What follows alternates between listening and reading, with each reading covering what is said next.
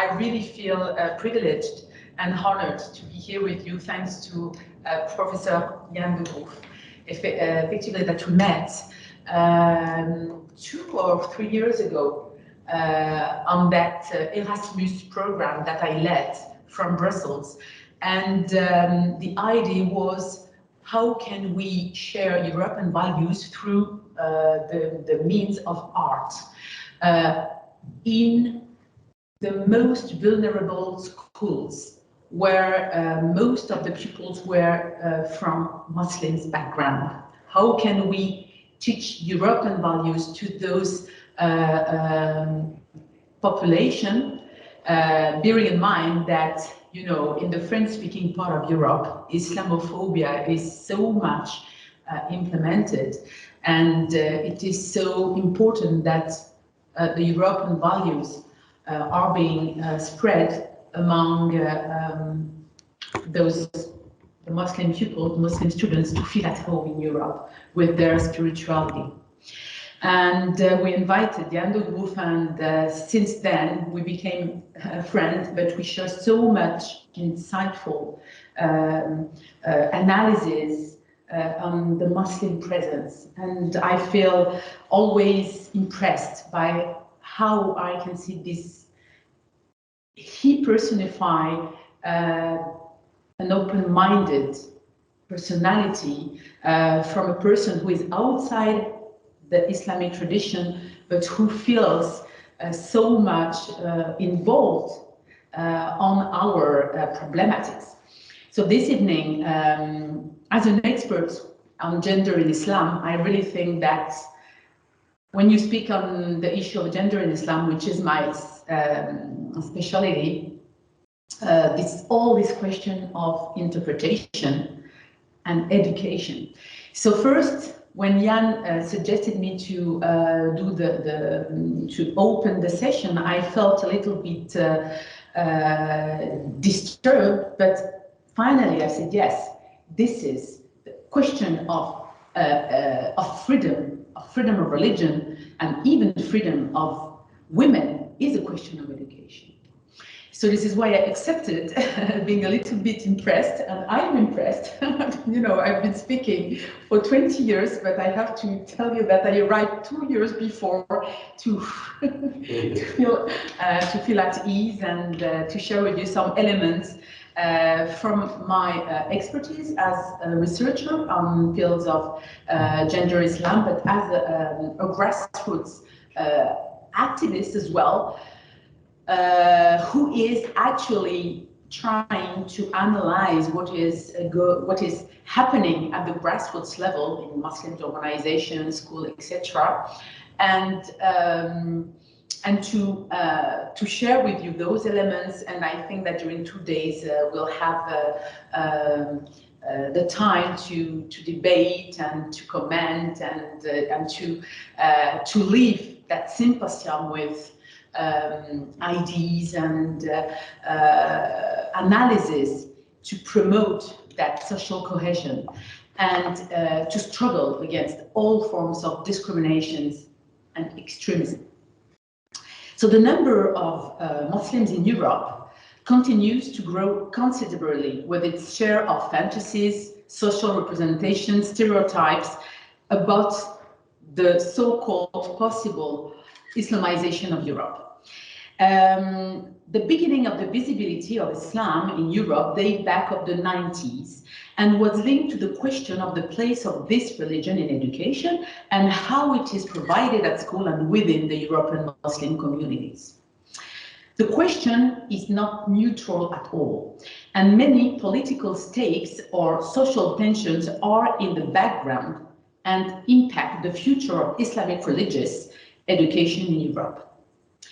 When we look back at the cultural practices, at the cultural activities of Muslim association over the last 2 decades, we can see that the European Muslim communities have managed to overcome their confinement to mosques, to Islamic centers, to the construction of educational and pedagogical institutions. And this is something new for the last 15, 20 years.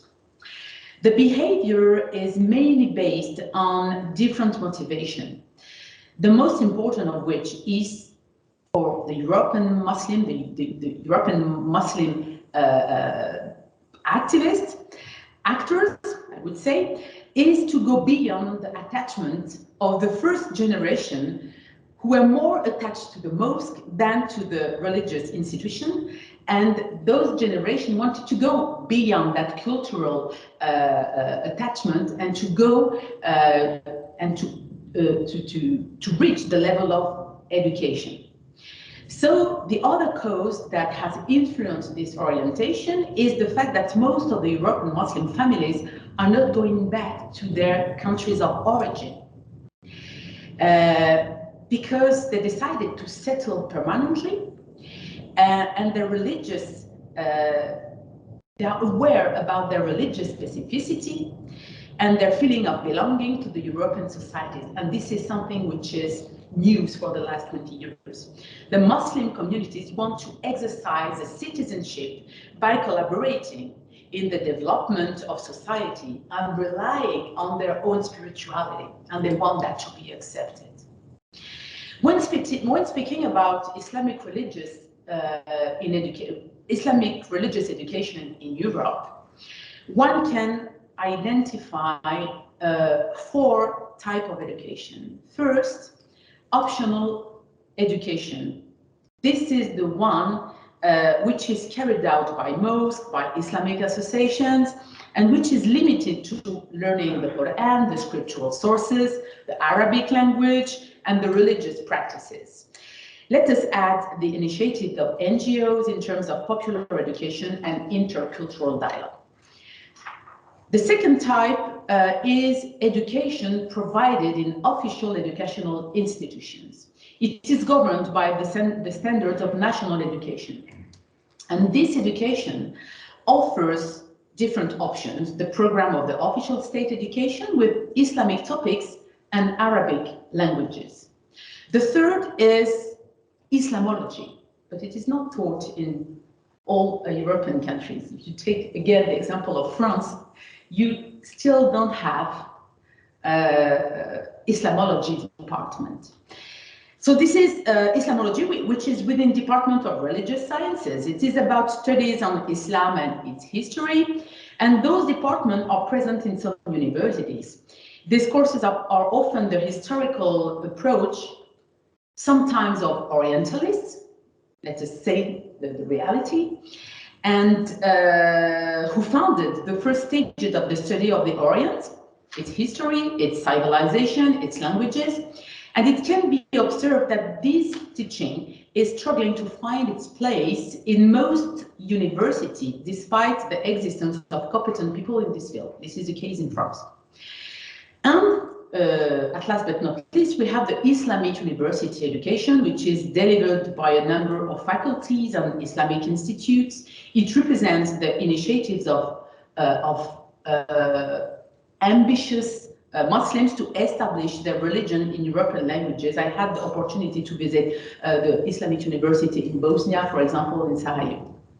So this education in all its fields can be the object of generalized criticism concerning, 1, the conduct of the educational process. Secondly, criticism is linked to the pedagogy with its educational dimension. Third, the didactic method and its cognitive objectives. And 4, the lack of modernity in what students learn in terms of religion.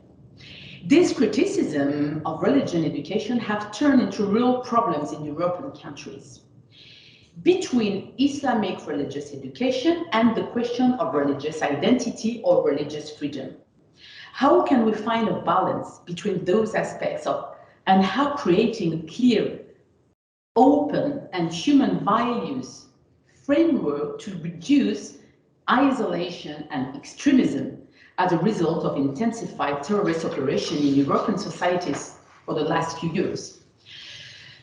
Thus, after having acted with the Muslim presence, as if it would be an ephemeral phenomenon that would disappear with the disappearance of the workforce, politicians are now changing their point of view.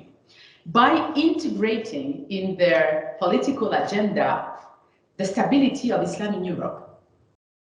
It is therefore necessary to act this Islamic presence, this Muslim reality, with courage and responsibility today. Comparing the experience of educational and pedagogical institutions in Europe, there are differences from one country to another. This is due to the attitude of the legislator. I'm not an expert, but this is what I analyze in the political and administrative field from each country towards the needs of citizens of the Muslim faith. For example, in the United Kingdom, the Netherlands, Sweden, Denmark, and Norway, the state takes full responsibility for schools, from construction and equipment to the salaries of teachers and officials. In South Europe, however, the situation of educational institution is quite different, despite the importance of the Islamic presence.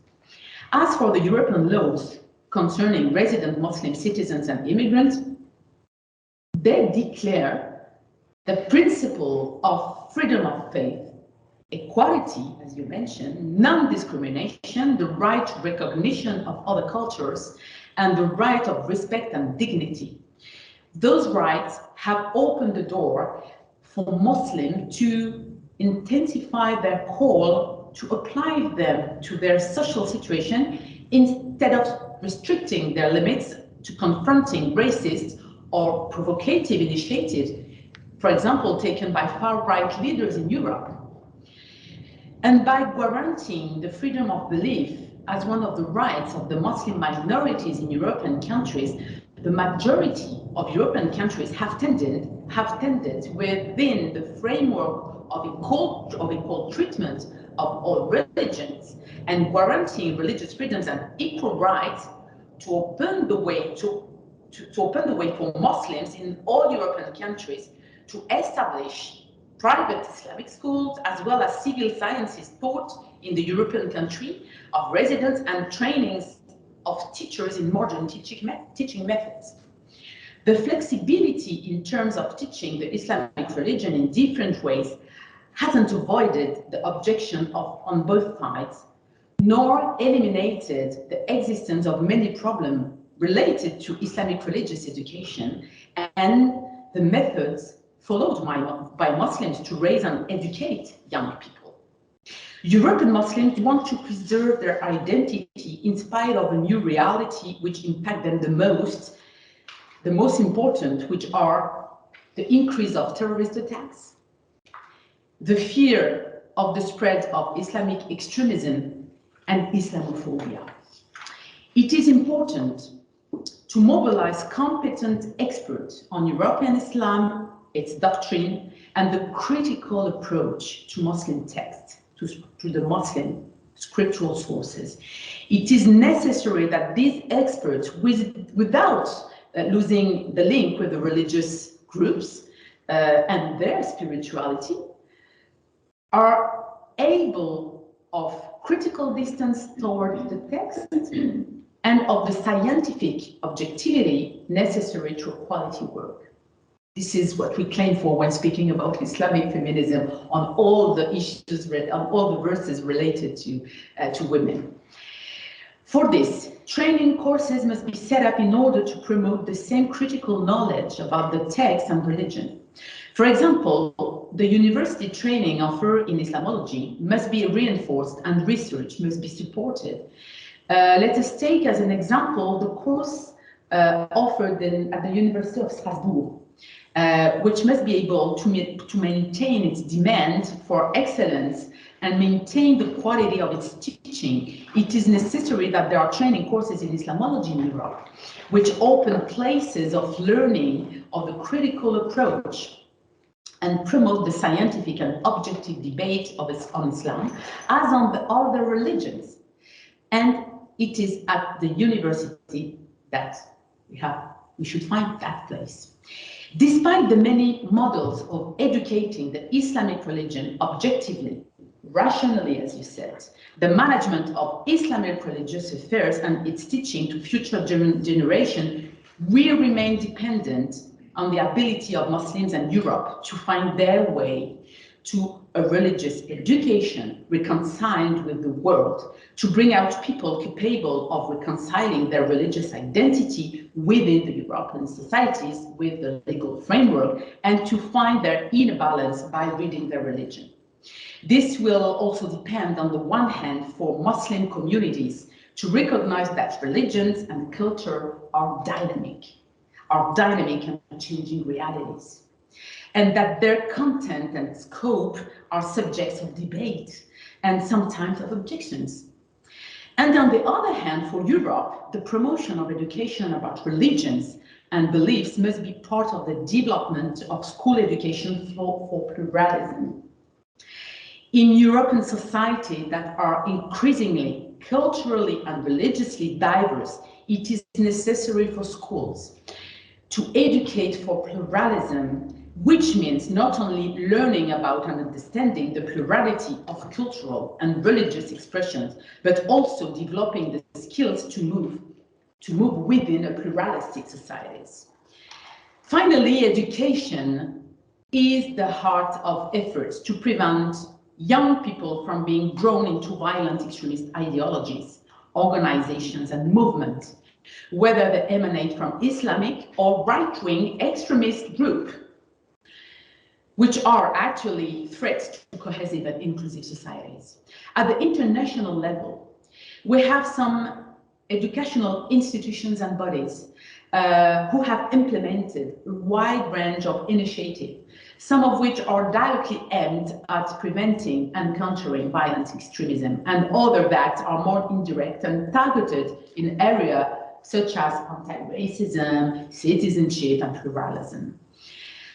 As an expert on the issue of gender in Islam, and because we are still within the month of March, the month of women, let's recall that in recent years, European Muslim women, citizens, in particular, have been challenged in the context of policies against extremist violence.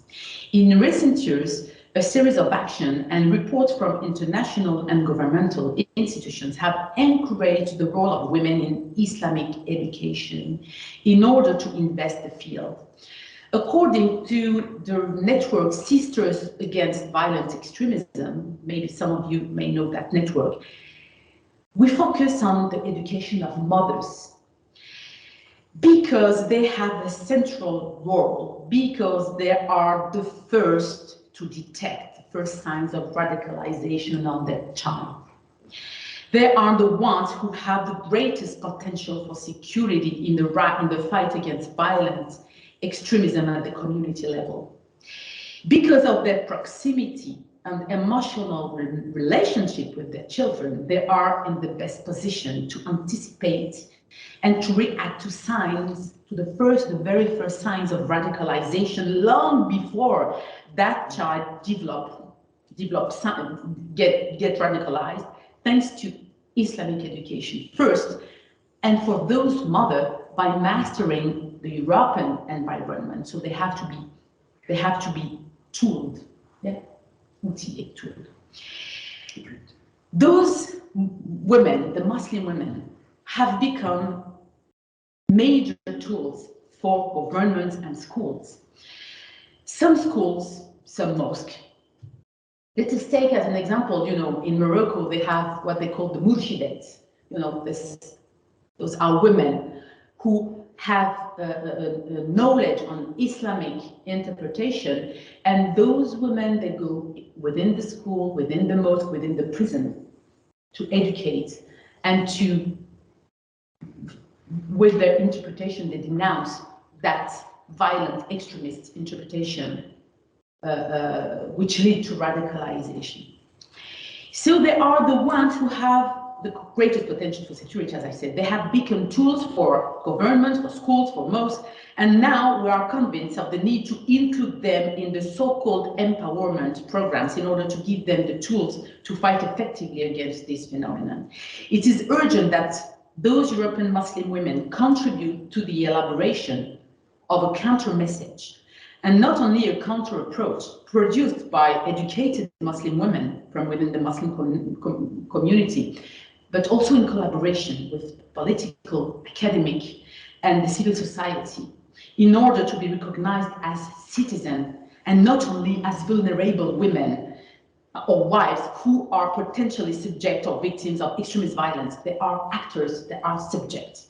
There is an urgent need to create spaces for dialogue by including those educated, so all has to do with education, those educated Muslim women citizens, because this is also and above all in the elaboration of a critical, political, and Islamic and academic discourse carried out by women, that the stakes of the fight against extremist violence that threatens our security are situated. To conclude with, this morning when I got up, I saw that Afghani women will be denied access of education. I want to pay tribute to those women who are denied access to secondary schools, because a woman who is educated is a woman who is free. When she knows her rights, she is free. But I also thought about those European Muslim women who are denied access to some schools or university because they wear the headscarf. So I really think that today,